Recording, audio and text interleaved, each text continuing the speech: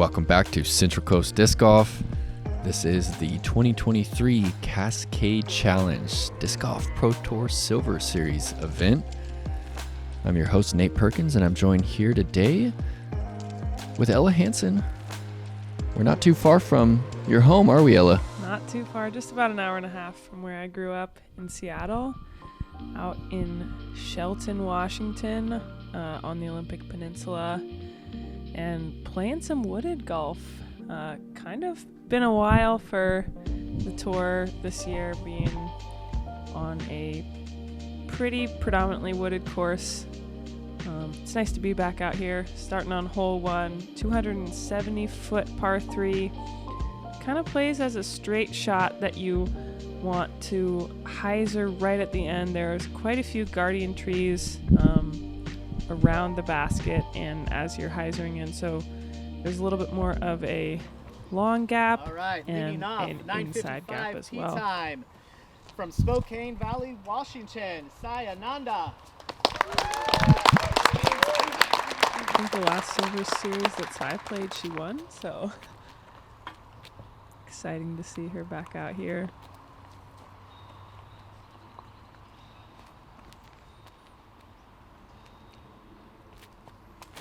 And she's from the other side of the state, over in Spokane in the high desert, but I imagine she's feeling a little bit of pressure being in Yeah, I think Washington. so. I think being the Texas, hometown crew, I feel Handley. like it's you definitely want to play well, represent well. And yeah, Spokane is out, a little bit different terrain out there, but I know Sai has played plenty of disc golf in Western Washington, which often is more wooded like this. And Holland coming off an incredible week of disc golf. Next up from Seattle, Washington, Ella Hansen.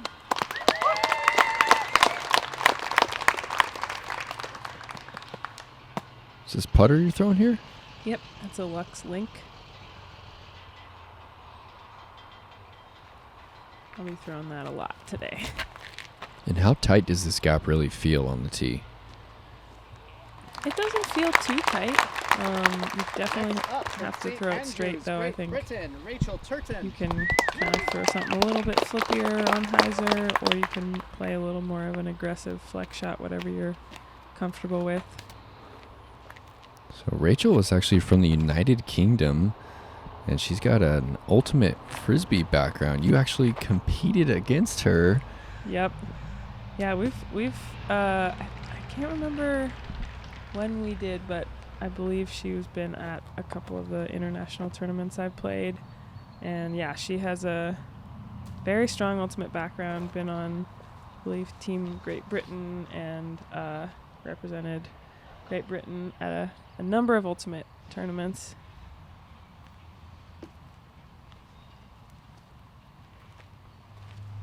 And this is like a pretty straightforward hole, but played relatively tough. It was the 10th hardest hole. No way. Just 270 feet. Yeah, I think the green is really kind of fast and a lot of trees around it. I think that's one of the interesting parts of this course. Yeah, you kind of had a little ceiling right there on your putt, right? Yep, and I think I caught a little bit of a branch, but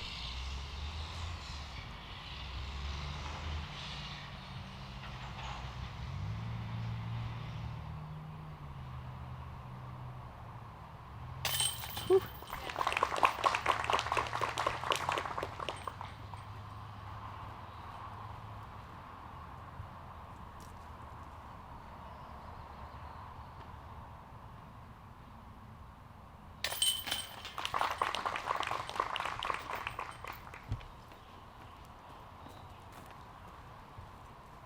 Now, have you ever played this course casually before this weekend?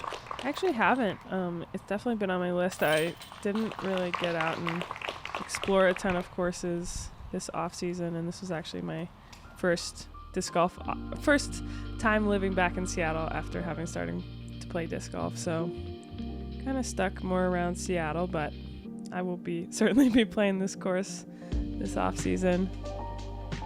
Well, to 285 feet, there's kind of a wide hyzer gap and a little bit of a tighter hyzer gap, but you really want the disc to be pushing left pretty much immediately out of that first gap off the tee. There is some rough kind of to the left you can skip into, and then these tall bushes on the right. So if you can't really play like a wide skip shot, it'll get caught up. And Saigon with the rare wide hyzer there, it's really hard to get back into the circle if you go wide of that first tree. Yeah, it is really challenging, and I think that the wide play is definitely more of a give yourself a long look or go for the par play. I think that's her buzz right there. Yep, that is a buzz for Holland.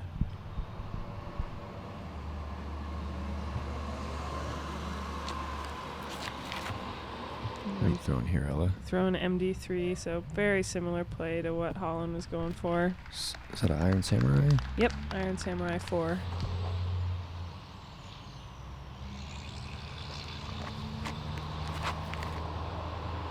Rachel caught the inside tree there a little bit, but it gave her a nice continuous kick forward.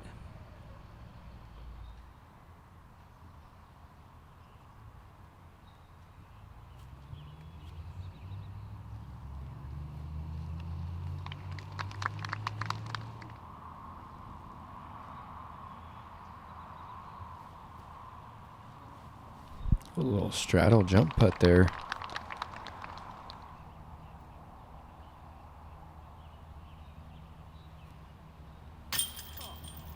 Just a man. little short. Surprised the basket didn't receive that one. All right. Getting on the board early here. Yep, How'd that putt feel? felt pretty good. Yeah. I always love playing with Holland, one of my best friends on tour. Do you happen to recall what she had to say to you right there? A Little joke? I don't know, I was probably giving her crap for missing her putt or something that. She's become one of your good friends. Yep. And always fun to practice with her, and we have very similar and, complementary games, so it's always fun to play practice rounds with her and tournament rounds as well. And one of the few holes that's just completely out in the open here on the third. Yep. Hole 3, par 4, tee shot. Just, you really want to be in the center of this gap. There is out of bounds on the left side, and then you're penetrating up about 250 feet from the front. We are playing to the long basket here, not this short one. 660 feet, so it takes 2 really good shots to get the birdie on this one.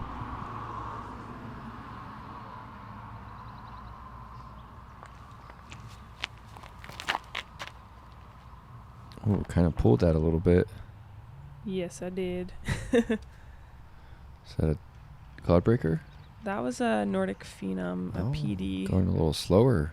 Yeah, I was throwing the cloud breaker in practice and was getting a little more skip than I wanted, and I felt a little better about being short of the gap rather than trying to push up in there.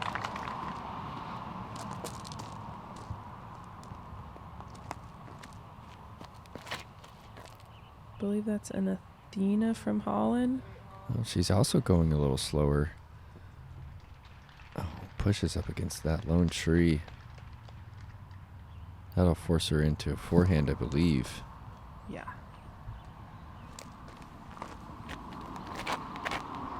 I know Rachel really likes the flippier D2s.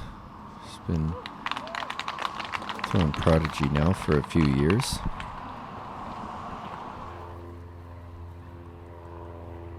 This isn't her first time playing in the U.S. I believe her first event was the U.S. or Throw Pink Women's Championship last year. Mm-hmm. So really cool to see her coming and getting a few Pro Tour tournaments in. Yeah, do you know where she finished at Beaver State? I think she finished 12th. Oh, So yeah, really? pretty Sick. solid finish. Yeah. Big time. She's stuck in that bush there. Good scramble shot to get some distance. This hole actually played as the hardest hole on the course. No way. That is a shock to me. What about the hole do you think caused it to play the hardest? I think that, as you're seeing from me, when you're out of position, it really created some difficulties. If you're not right there in the middle of the gap, it's really hard to throw a good shot.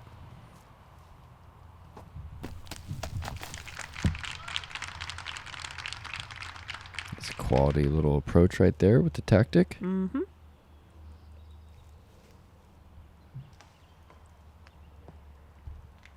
Yeah, it feels like the gaps really close off if you're not right in the middle of the fairway. We're seeing a lot of scrambling here from the feature card.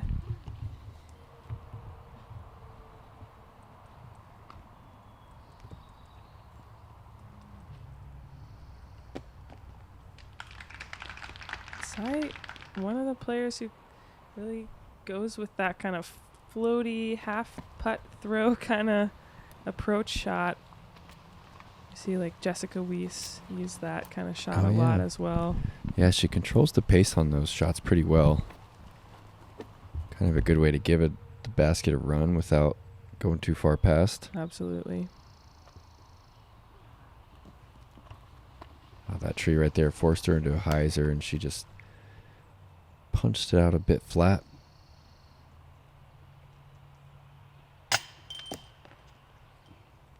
That's frustrating right there from 22 feet to get the band. Yeah. Nice and committed putt, too. I know. That was the saving grace. I was like, at least I didn't short it, but... Yeah, online, and yeah, the high miss is always makes you question, like, wait, I didn't even know high was an option. Yes. Just thought I had to get it above the rim. Yep.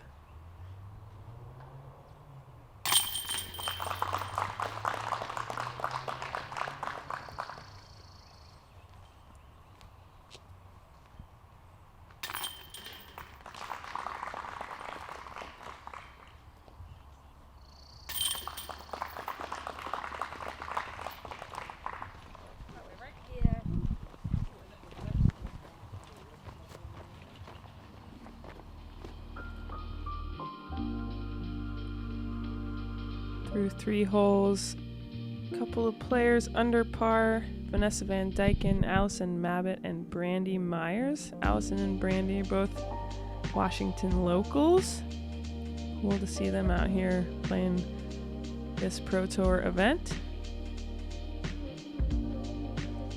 First 3, not a walk in the park, huh? Yeah.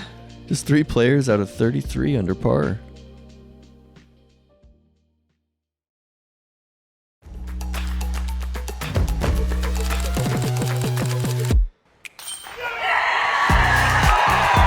Katrina Allen! Maria Oliva! She's done it! Kristen Tatar! Side, Ananda. Stacy Reladier. Champion Open at Austin! Paige Pierce.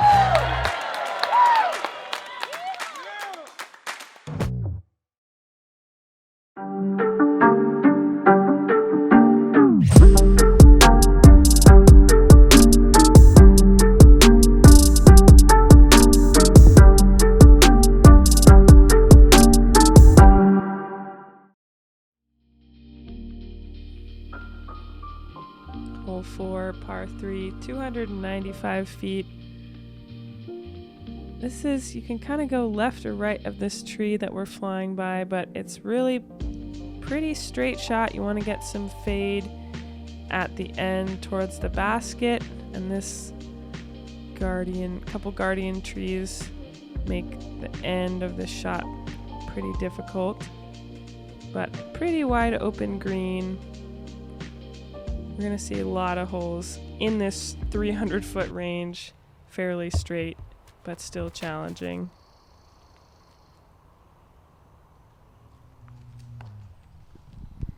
And the common theme for me out here is that the early gaps you can navigate through, but it's really hard to pick which gap you fly through late in the flight. Absolutely. I think Holland turning that over a little too much, but getting some good tree love into circle 1. Beautiful reaction there. Yes. Unreal. And yeah, the early gaps, there's never really not too many holes out here with a very small early gap, but you really need to keep your disc online the whole flight in order to get cleanly to the basket.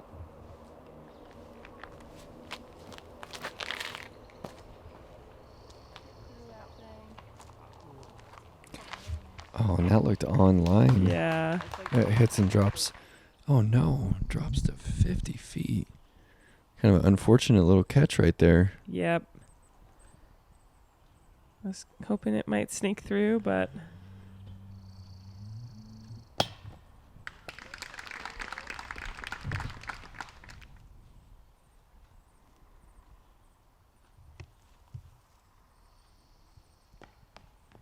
a little bit of a bid for Cy.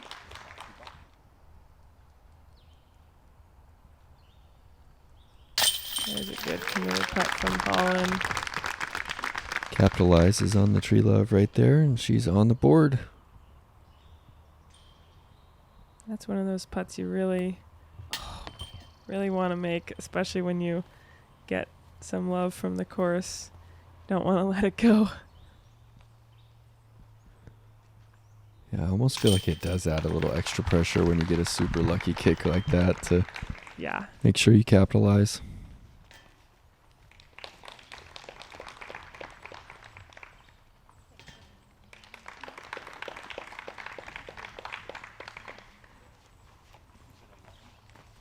Is it ever funny to watch yourself on camera? Yeah. You seeing your body language and stuff. Expressions. Hole 5, another par 4, 535 feet. Big right turning shot off the tee. Gonna be a big backhand Annie or a forehand. There is some out of bounds road on the left side of this. If you get a rough kick, you might find that. And then it can be more of a backhand. There's quite a few options, kind of depending on where you end up on the fairway after your first shot. Another one of those holes, pretty much every hole out here, where you really gotta throw a clean shot all the way through. This is what I like to call, Ella, a bomb and scramble hole. Because you might as well bomb it off the tee, because you can't really pick exactly where you're going to land anyway.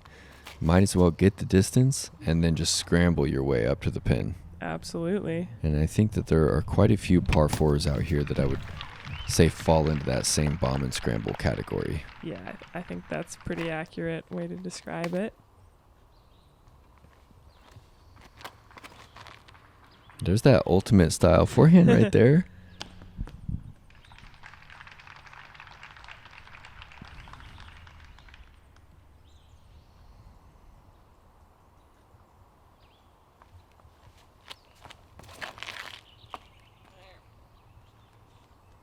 Is it a flippy mid?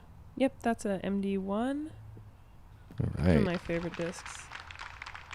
What do you think about that landing right there? You got a lane? There is a lane, yeah. I think this is one of the slightly more forgiving bomb and scramble holes. There's a couple of different gaps you can kind of try to hit.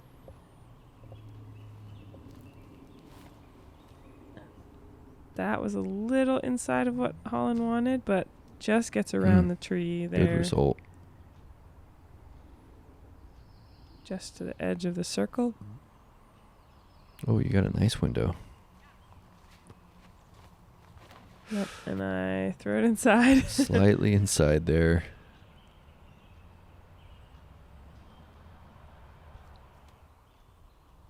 Look at the flexibility here from Cy. Whoa. And that's a pretty good kick, I think, for Sai. I think that was a bit of a grip block. She ripped that shot. She did. She was going to go way, way, way to the other side of the fairway if that didn't hit anything. Nice little touchy approach after a good tree kick.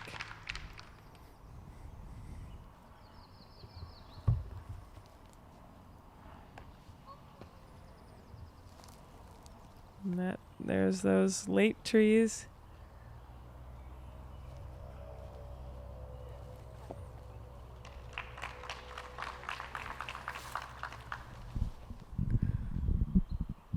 On with another putt around a tree. Oh.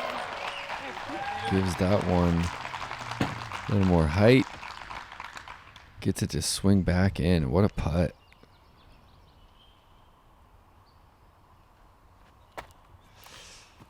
Oh, man. Kind of just punched that one out. A little flat. And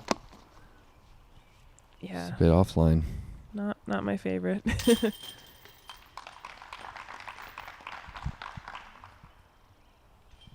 This really is such a pleasant place to play the game, though. It is. Walking around these woods, these big fir trees, it's so quiet, and even if it's windy out in the open, it's so still up in here. And it really provides kind of a nice respite from a lot of more open courses on tour, especially for players who, grew up playing in the woods and feel really comfortable shaping shots, hitting gaps, things like that. It's a nice to play a wooded course like this. Hole 6, flying past a Mando on the left. This is a pretty straightforward, you want to hit your gap and skip to the left. There is sort of this inside lane, and there is also a more straight to stable finishing forward pushing lane. Another very protected green. A couple of late trees you need to avoid. But this is going to be a buzz for Holland. Wow. I think she's trying to stand this buzz up through the inside gap. Yeah, she is. Cool. Caught a little bit of foliage there. This is one of the holes I think of where you can hit this initial gap. It's just really hard to pick these late gaps. And there's so many staggered trees that you could pick to go down the third hallway, but you still might catch something at 50 and drop down. Absolutely.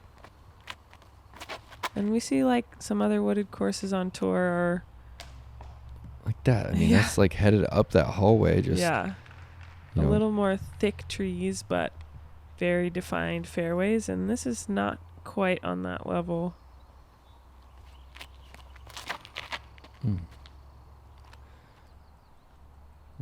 Rip on that one.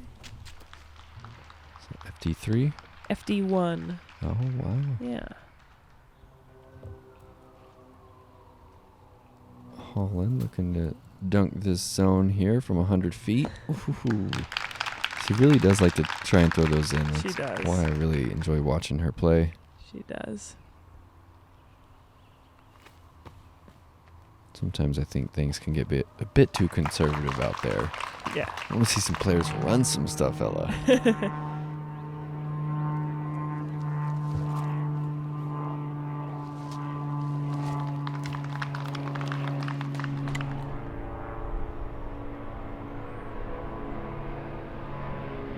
Size running it. Oh. Just kisses. Left side chain.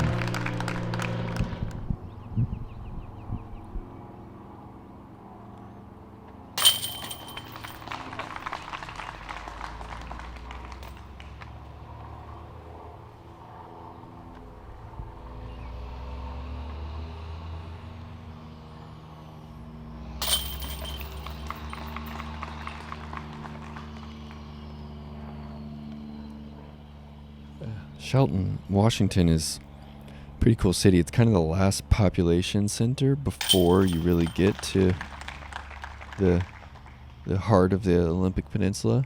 Yeah. I think the Olympic National Park is just like 45 minutes up the road. Yep. It's a really, really beautiful place. Lots of water channels around near the Hood Canal and through Puget Sound. If you've never been out to Western Washington or to the Olympic Peninsula, it's a beautiful place. Absolutely. So Vanessa, 2 down after 6 holes. Solid start, but lots of people in contention, just under par. Hole 7, probably the most straightforward hole on the course.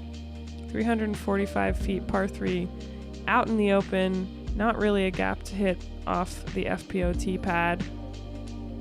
And the basket is tucked almost up against this back wall of woods here. And there is a little bit of out of bounds on the left side as well. But you really just want to toss a hyzer out there, let it hyzer in towards the basket, and hopefully park it. We did have a little bit of a wind right to left on this hole, but not too noticeable from our tee pad. Is this also Athena? I think so, yeah. I think most of the field is going driver. Yep, Holmes going with the 7 speed. 7 speed. Pretty sweet. Sai just taking a couple steps here and putting a move on this driver. Getting a big skip, but staying safe just outside the circle. Rachel going D2.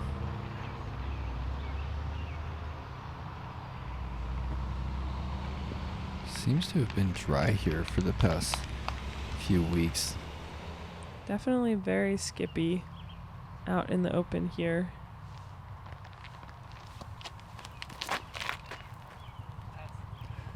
Kind of pulled that one as well, Ella. Yeah, just a little bit.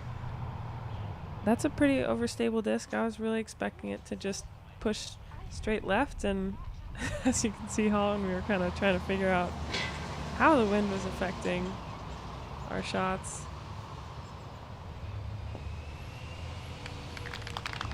Okay, it's going to give yourself a little pop quiz there. Yeah, kind of For your ended up par. in a place, a spot with not a lot of options for getting up to the basket.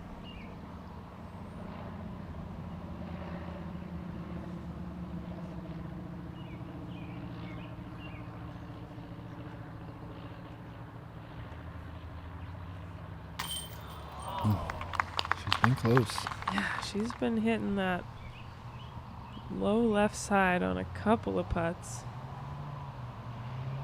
Getting close to the birdie. Rachel's still looking for her first bird of the round. What's going through your mind on a little 20-foot tester putt for par right here? I was stressed. I bet. Yeah. Those are stressful putts. I did not want to go 3 up, and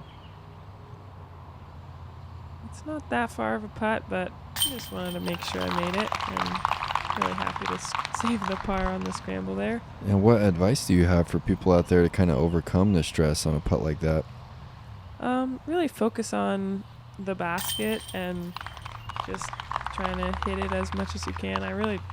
Personally, I try to keep my eyes on the basket until the disc is in. I feel like that helps me stay really focused and just be committed to my routine, not try to do anything different. Cool.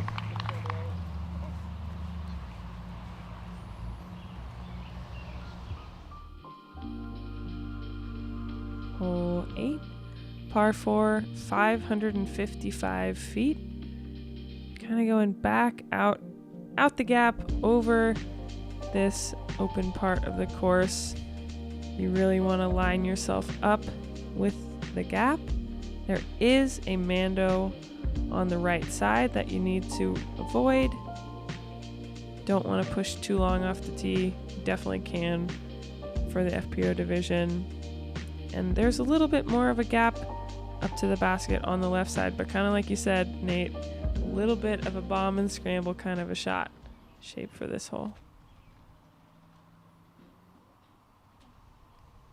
Holland throwing a buzz off the tee, really trying to manage that speed control so she does not push long and miss the Mando.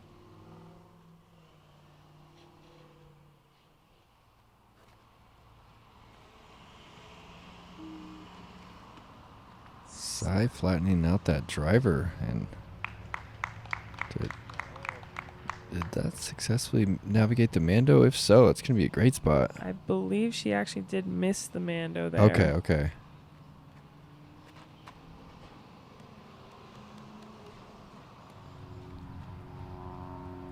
That looks a little left, but staying short of the OB on the left side as well. Okay, so you're also slowing things down to make sure that you stay short of that wall. You put up a bunch of hyzer on that one too. You should have a little hyzer into the green from there. Yep. Holland going with the forehand.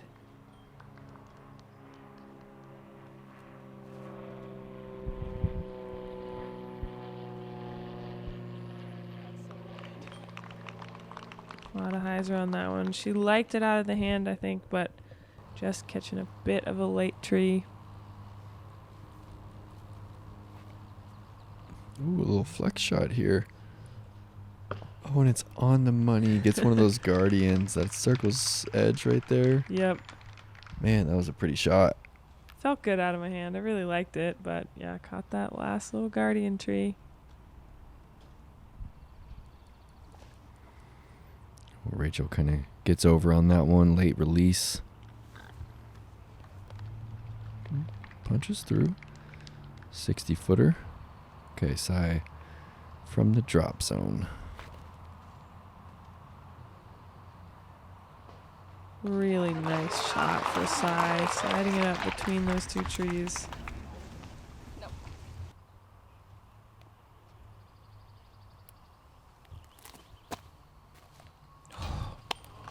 Catching cage, long bid there for Rachel for the birdie.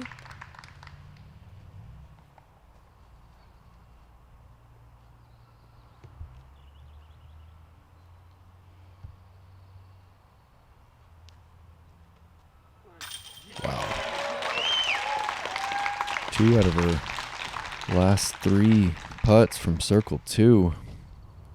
Yeah, heating up after a bit of a slow start on the putting green.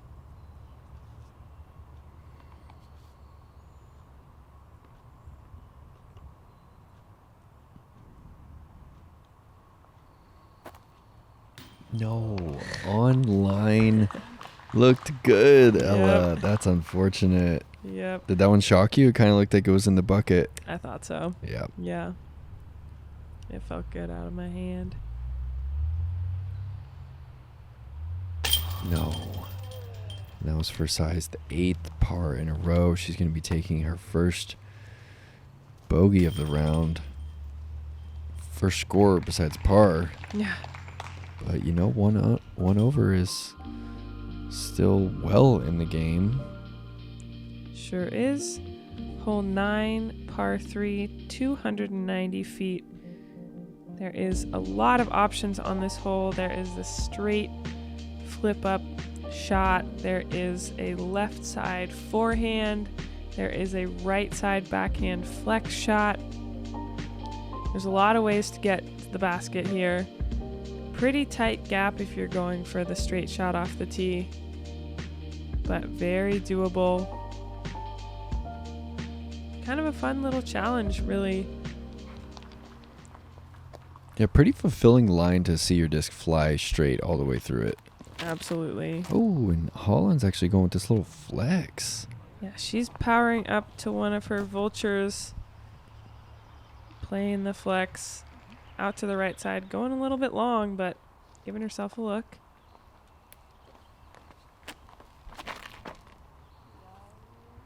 Rachel playing That's that pure. straight shot. Just outside the bullseye.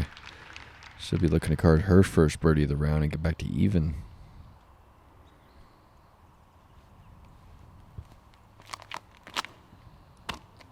I'm going with the forehand. Yeah, nice little window that you found over there. Kind of hyzered just a bit too much at the end of the flight.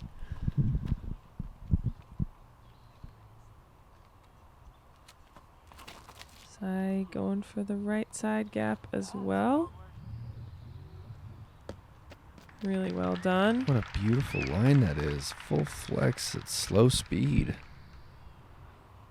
Did you try that gap in practice at all? I did not. No, I'm just going to throw straight at it. Yep. Kind of a frustrating front nine there, Ella. Yeah, definitely.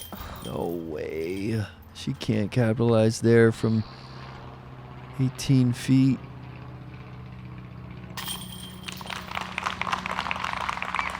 Sai gets herself back to even par. It's a respectable front.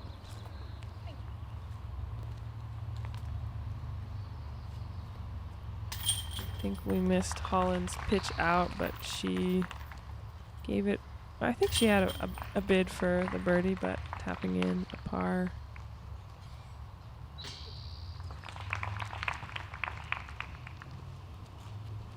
There you have it. Front nine of the Shelton Springs Disc Golf Course here in the Pacific Northwest. About an hour and a half southwest of Seattle at the south end of the Puget Sound. Really a beautiful place to play disc golf. We see Holland getting herself to 2 under par. Sai with a mistake on hole 8, but got herself back to even. And Vanessa Van Dyken, after 9 holes, 4 down.